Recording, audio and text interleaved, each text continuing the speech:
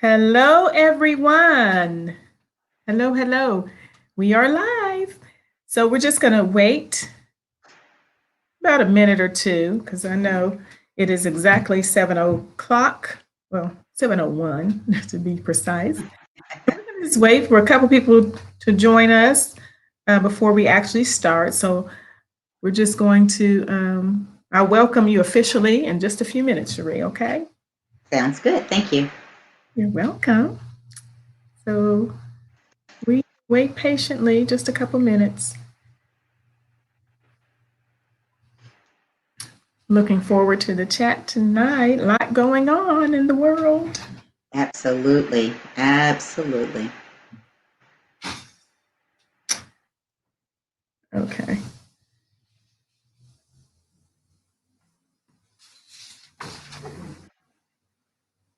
All right. It's 7:01. Wait a few more seconds and give it just another minute if that's okay. Give people a chance to join us. And then they can always go back and watch it. It'll be posted.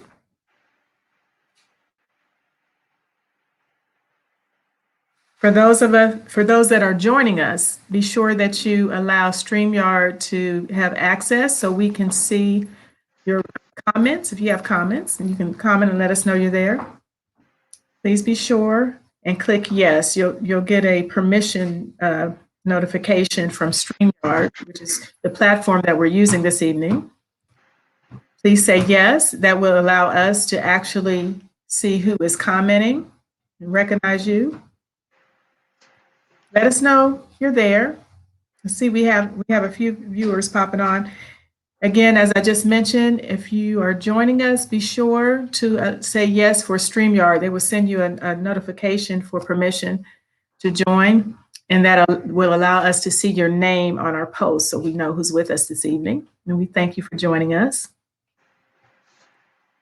All right, Sheree, we're going to go ahead and kick off this evening's live chat. Thank you everyone for joining us. We are so excited to be here this evening. Got a very special evening plan, a very special topic is going around. In fact, I know that's all everyone is talking about at work, at home, everywhere. And of course, that is the coronavirus. And we're going to talk about the coronavirus from an HR lens this evening. And I'm so very excited to have for the first time the founder. Yes, the very first time, the founder and chief HR officer of HR Knowledge Source, Miss Sheree Knowles. Welcome, Sheree. Yay. Thank you for joining our platform, which I truly mean our, because Sheree's the founder. So welcome to your first live chat. Thank you. Thank you. You're welcome. I'm very excited to have you. There's been a lot of talk going on, but before we get into the actual chat this evening, just a few housekeeping things for you all that are joining us. Hello, Mark Knowles. For those that are joining us, be sure you say yes to the StreamYard permission so we can see your name and recognize you and know that you're here. If you choose to share the broadcast, please know that all comments still have to be made on the original feed. So on our HR Knowledge Source page, please post your comments there or we won't be able to see them. We won't know you're there. It has to be on our live feed if you post comments or questions, okay? So please be sure and do that. And I'll repeat that throughout just in case. We do want you to share, but we want to be able to respond to your comments or questions, okay? So without further ado, welcome again, Sheree, and thank you all for joining us. People are joining us. I see we've got quite a few watchers out there, and you can always, if you miss any of this, if you have to leave, it will be posted on our Facebook page. So please feel free to come back and watch it again if you miss any of it. So let's go ahead and dive in. Coronavirus. Well, that is the talk of the town, the country, the world. And we decided it would be a good thing for us to come in and talk to you all and just chat a little bit about what's going on from the business or HR perspective. So we're going to kick it off with Sheree, who has some great information and tips to help you all. And first, we know it's having a huge impact all around the world. What are some of the ways that we can navigate through this, Sheree? Can you share some ideas or some ways that we can navigate through this? Sure, Tonya. First of all, let me just acknowledge that we're all probably in some form of a state of shock, right? Because every time you turn around, things are popping up over on the news. And so I think from an HR perspective, I'm going to really talk to three audiences because I don't know who's dialed in, but as an employee, as a leader or a manager, and as an employer, the company executive. So thinking about this from really four perspectives, and we call it the four C's. I'm going to start with the first two. The first one is common sense, right? There's a phrase that says common sense isn't that common, right? So we need to be prudent and mindful of what we're doing. The Centers for Disease Control, or the CDC, has issued a long list of best practices, proactive things that we can do, such as washing your hands frequently, right? Using soap and warm water for 20 seconds, or using hand sanitizer. Coughing into a tissue or in the crook of your arm. But those are things, hopefully, that most of us are doing on a regular basis anyway, and that we're teaching our kids to do, right? So it's just a pressure reinforcement of that. But there are a couple of other things that I wanted to mention that sometimes we may or may not think about readily. One is not touching your face, especially if you haven't washed your hands in a while. That, folks, for a lot of us is extremely hard if we just do it automatically, right? So be more thoughtful about that, right? Not touching your face. The second one is wiping down those common areas at work. So getting some wipes or a paper towel with some soap on it, and wiping down the common areas. Things we don't think about, like that community stapler near the copy machine. That's right. Right? Or the coffee maker, maybe there are pads or buttons on the coffee machine. We don't think about those things, Tonya. We just think about our normal lives, right? So those are things that you can do. The other thing that I would suggest, and I'm sure people do this, but just as a matter of common sense and best practice, use a paper towel when you're opening doorknobs, especially the ones when you're leaving the restroom. Absolutely. Yeah. So those are a few things just in terms of common sense. That's good. Yeah. Yeah. And remind your kids to do if you have children. Okay. So the second C is communication. In a nutshell, folks, we need to stay woke. Now is not the time to have what we call the NIMBY effect, NIBY, not in my backyard. So the NIMBY effect, it's in our backyard, right? And we need to not be complacent. Sometimes I think in the US, we feel a little insulated from what's happening, around the world, but it's here. It's in our backyards, right? And so, yeah, and things are changing so frequently. I just would say that transparency and open lines of communication are key. Tonya, you're a parent.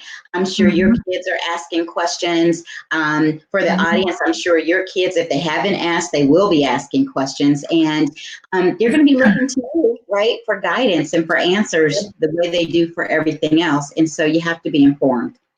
Right. Also think if you're an employee, now's the time to ask those questions of your employer. Where are our policies? Where's the handbook? Where can I find information about paid time off or unpaid time off if that's what your company offers? What about your health insurance? Do you know what health insurance provider you have? What does it cover? Does your company offer, as an example, short-term disability, and what's covered under that should you need it, right? So be knowledgeable, not fearful, but get your ducks in a row and ask the great questions. I think that if you're a leader or an HR manager or an employer, I strongly recommend that you communicate early and often. This is top of mind for your employees, and silence isn't helpful. So Think about a communication plan, what you want to share, how often you want to share it. If you can be encouraging, absolutely do that. And you have to have tough conversations. Be able to do that too, right? So transparency, open lines of communication is really important. Okay, great. Now I want to just revert back because you covered a lot in those few. So we covered common sense. Mm-hmm. So those are the common sense things like washing your hands, soap and water. We've heard that on the news a million times, but it's surprisingly how many times I'm in a public restroom and I see people walk out without washing their hands. Oh, yeah. Don't get me started on that. Yeah, Absolutely. Yeah. yeah, that's pretty gross, but still, at this time, that's very important. So we need to say it because there's people that just don't do it. Yeah. So though it's common sense, like you said, it's not always common, and that's a prime example of that. Um, Also, we were talking about wiping things off in your office space in your area. I'm just reiterating some of the things you said. I thought about pens, public pens. Like there's pens that people might use off a desk, and everybody uses those pens. You may want to wipe those pens off. Little things Yes. that we don't think about. Um, just things to think about, common sense things, but not common things that we do all the time. Right. And on ink pens, let me say something, Tonya. I have Mhm. seen so many people, I thought I had one, grab an ink pen and they're in thought, goes right in the Mhm. mouth. Yeah, No. that's yeah, and kids, we talked about kids asking questions. They do a lot of really, yeah, Interesting. Let's say interesting. a lot of interesting things. Yes, and we have to think about activities. You may touch on this, but activities, workplace activities. I don't. You might get into that a little later, but as far as meetings with a lot of people, but the kids are involved with activities as well. A lot of them are being That's canceled. My son asked me this evening, "Am I going to Taekwondo?" right. You know, that's a good question. If they haven't, Right. and what kind of decisions, the best decisions. So the knowledge makes a difference in the decisions that we're making, not just for us, but for our family, our children, our coworkers, et cetera. And then not in my backyard. I love that, Sheree. Yes. Backyard is in all of our backyards, and it's a reality to us all now. So I'm going to let you touch on, I guess we're going to our next C. Sure. Sure. So That's where the we are. third C, the third C is around courage. Right? And I like that because now's the time for us to really think about courageous decisions we have to make for ourselves and for our families. And sometimes that's not in the face of the popular opinion, right? Mhm. One recent example that just happened to me the other day, I made a decision not to take a long flight for an event, and the event sponsor was not very happy with me. Um, but that's a decision that I made. I'm a business owner, and I get it, and I understand the effect of canceling events and all of that. But I'm also a wife and a mom, and I had to That's make a right. decision about what was best for my family, whether or not I get paid or not. That was a decision that I made. So similarly, you have to make decisions about what's right for you and your family. Mhm. If you don't feel well, have the courage to speak up, right? Share that with someone. Let your employer know. Don't try to, sometimes we'll tough it out. Now's not the time to do that. So if you are feeling any sort of symptoms that are listed on the CDC's website, stay home, right? That Mhm. might mean that you don't get paid for the day. Right. That does take courage sometimes because It does. a lot of people love their money. Absolutely. We all do, right? We all Yes, have to make a living and pay our bills. But to what extent, right? To what right, consequence? And that's the thing we have to think about. right. And what's more important, your family, your health. You can get the job or another job. You can't get your family back if something were to happen. Your health is important. You can't function if you don't have your health. So That's those things right. are really important. That's right. I have a quote that I wanted to share, if you don't mind, Tanya. Absolutely. It's by Franklin D. Roosevelt, and it says, "You gain strength, courage, and confidence by every experience in which you really stop to look fear in the face. You say to Mm, yourself, I've lived through this horror. I can take the next thing that comes along. So you must do the thing that you think you cannot do. And to me, that sums up courage. That's great. That's a great quote. Hmm. Thing that came to mind when you were speaking of courage. Courage to say when you were mentioning if you're not feeling well or to stay home, courage to not go. But also courage possibly to your coworkers who's coughing and they're not saying so good. Absolutely. But in a nice Absolutely. professional way. You may need to say, hey, you might want to get that checked out. Or I always say nice and professional. You no need to be nasty, Yes. but in a nice way. I'm concerned about you. You might want to get that Yes. out or um, stay home till you get rid of it under the circumstances. Mhm. That's right. And that takes courage because we generally don't like to get into other people's business, right? But Mhm. if you are truly concerned about their well-being, then you should say something, right? You should bring it to their attention. That leads me into thinking about there's a new phrase out there called social distancing, right? So you can be isolated if you have the illness. You can be quarantined if you've been near someone who has the illness or you're at risk for getting it. And then the third one is social distancing. And it truly is a fancy word for if you don't have to be somewhere in person, do it online, right? So if you don't have to go to a meeting, you can do it via like our platform here or some other platform. Do that. Right, Tell conference calls. Yeah. works, right? Yeah, that Yes, works. it does. So just use good judgment when it comes to things like that, and make sure that if you're not putting yourself in a situation that you could reasonably avoid and still carry on with your life. So I'm not saying stop all activities and stop your life. Right. Yeah. And I actually had a conference call. We were supposed to meet in person. We decided not to. Um, and we said, let's do a conference call. And I think a lot of people are doing conference calls, Sheree, because we couldn't get through. All the, Wow. so I think a lot of people are resorting to that. We ended up doing a good old fashioned three-way call. Absolutely. But I think people are doing more conference calls. A lot of people are telecommuting, we know that. Yeah. And from there, either if they don't have this type of flat platform like Zoom or these kind of things, I think they are using the conference call.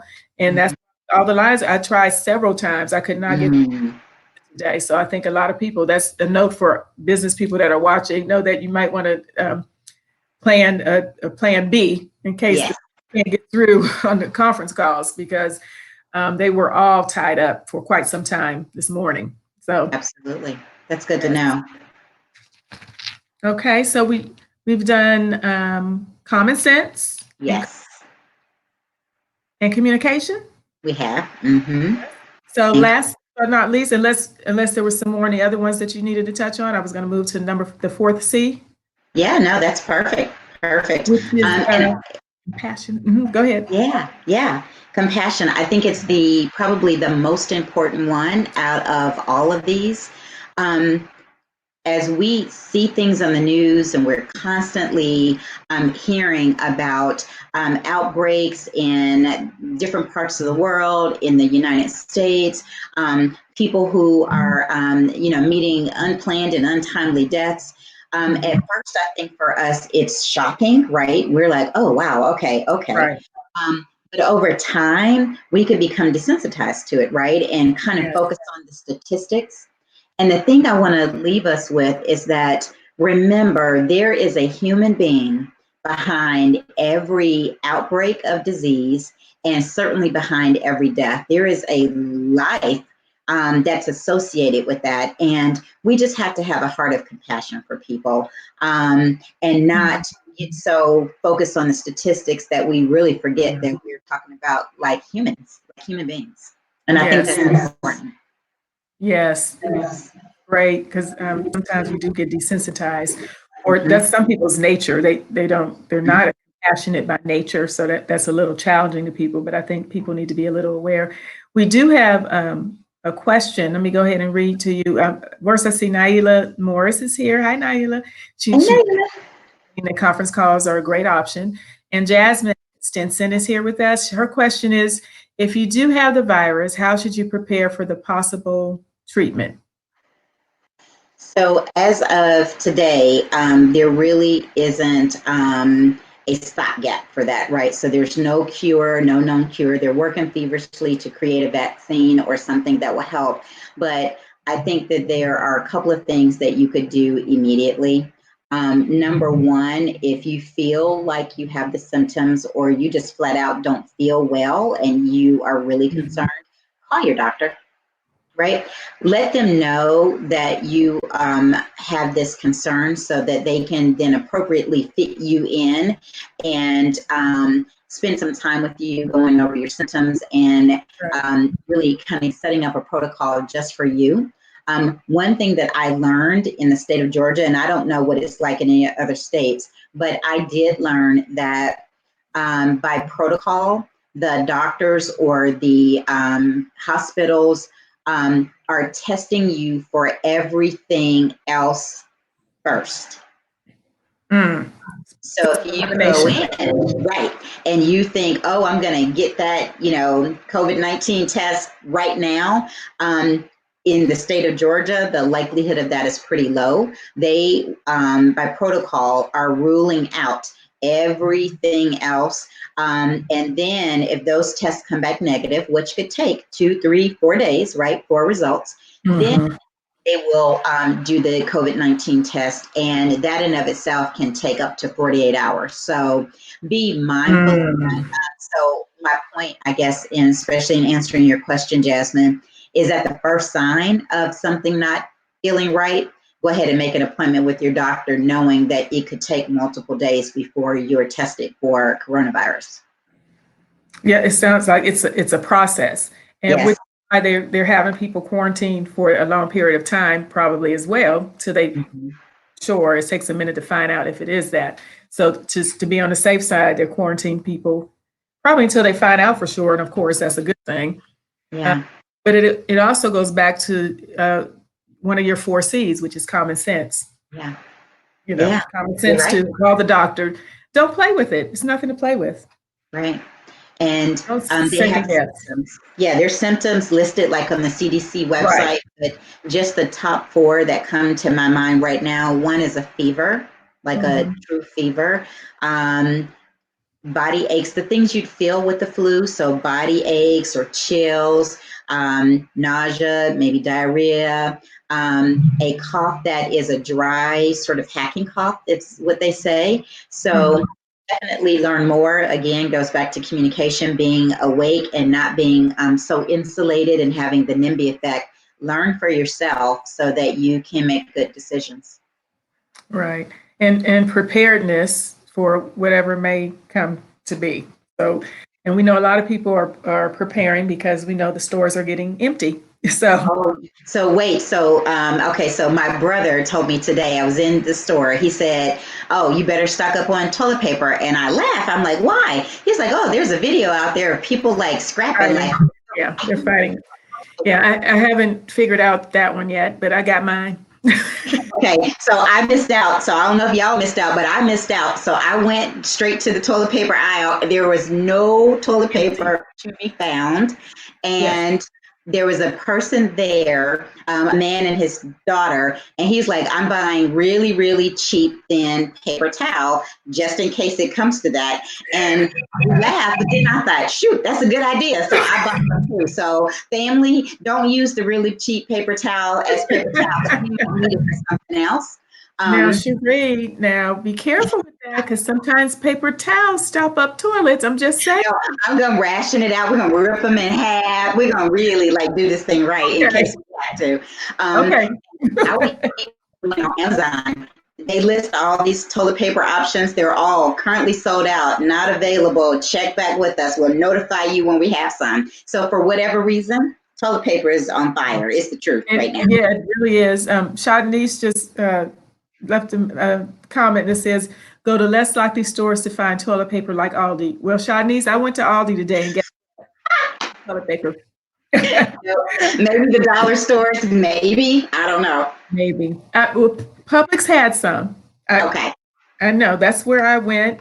However, Not a lot. That was this afternoon. They were close to being out of it. So to say all that to say, I mean, we don't have to, I guess, go overboard, but you do want to be ready for whatever. I do know I am in Cobb County and the schools are closed. Come Monday, they're shut down. Yeah. Kids will be home, good for the kids being home. And I don't have a time frame of how long, but a lot of other Atlanta area school districts are doing the same. Businesses, everything home. So I guess you need more toilet paper if you're home all day. You might have to start rationing it out. I'm telling you, take a sheet and don't come back. That's Use right. yeah. So listen, if some of y'all are in the Atlanta area and you got some extra toilet paper, hit the girl up, 'cause I couldn't find it. Okay. Well, we hope we have been helpful to everyone. As we close, Sheree, was there anything else you wanted to offer the viewers or touch on before we shut down this evening? Yeah, so one thing that I want to say, and this may stretch a few people, may scratch you a little bit, but hey, I'm going to keep it real. Compassion goes in a different direction too.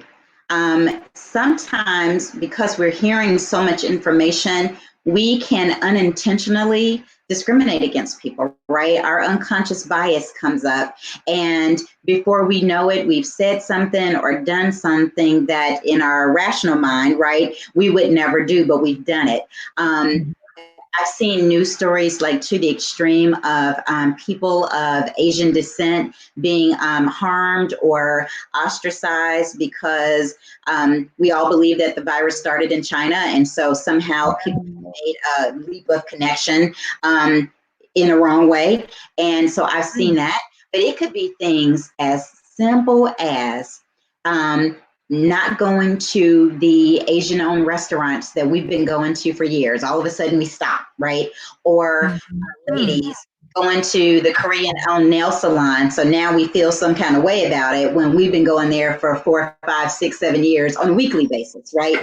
Those are behaviors that just fear will propel us to do things that we wouldn't normally do. So it's going to happen. We all have unconscious bias. So I'm not saying you have to be perfect, but when it does happen, catch yourself, apologize if you need to, and make a decision, right? Not to do that again, that offensive thing. So I wanted to just put that out there because it's happening. Wow. I would have not thought of that. That's very interesting. Mm-hmm. Is there anything else? Is there any, I don't know, tips for leaders and organizations financially, or because some people are going to be hit or are being hit. Is there anything else, tips you can think of or anything along those lines? Yeah, so what I'll say to employers and HR leaders, in everybody, we're on, I believe, and this is just my personal opinion, this disease is sort of on a roller coaster. So if everybody's been on a roller coaster, right? We haven't reached the top of the roller coaster, so we're not on the descent yet. We are still climbing, and it's escalating as we go along. And businesses are going to be impacted. My business has been impacted just in the month of March alone. Business are going to be impacted. And so what I'm going to say to employers and HR leaders, don't let layoffs be your first response.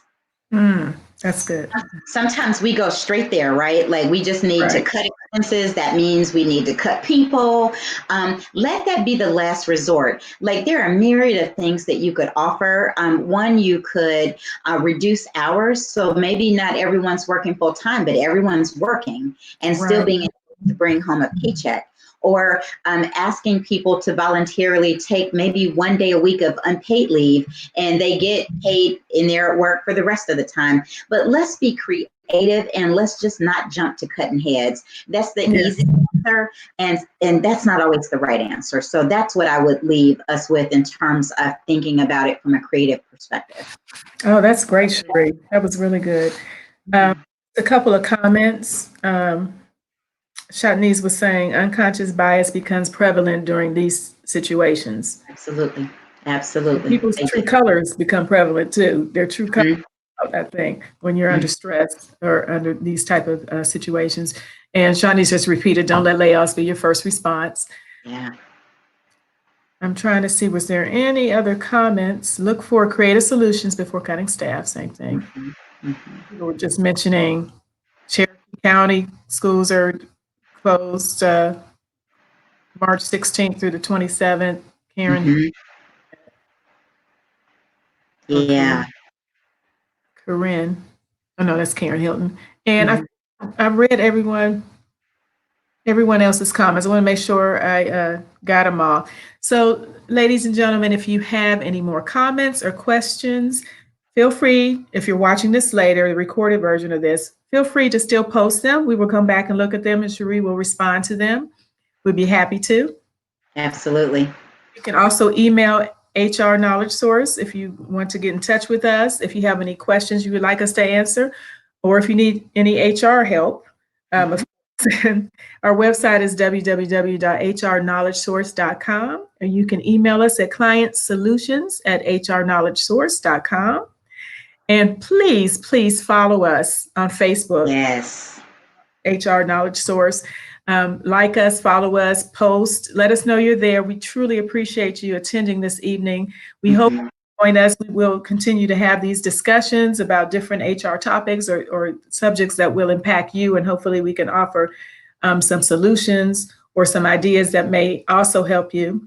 On behalf of HR Knowledge Source and Sheree, of course, we thank you so much for joining us this evening. Thank you. Share the video with your friends, colleagues. We appreciate your support.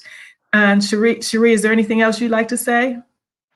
I just want to say thank you for tuning into this really important topic. Stay educated. Certainly reach out to us if you have any questions, or if you're in HR and you're like, you know what, this is causing havoc and I don't know what to do about it. Let's talk. Let's just talk it through and see what we can do to help you. But again, thank you, Tonya. Thank you for hosting. I appreciate you as always. My pleasure. You know what I didn't do? I didn't introduce myself. Hey, everybody. My name is Tonya Hawley. I'm a marketing consultant with HR Knowledge Source. Thank you all so much for joining us. Have a wonderful evening. Stay safe and stay healthy. Bye-bye. Thank you. Bye.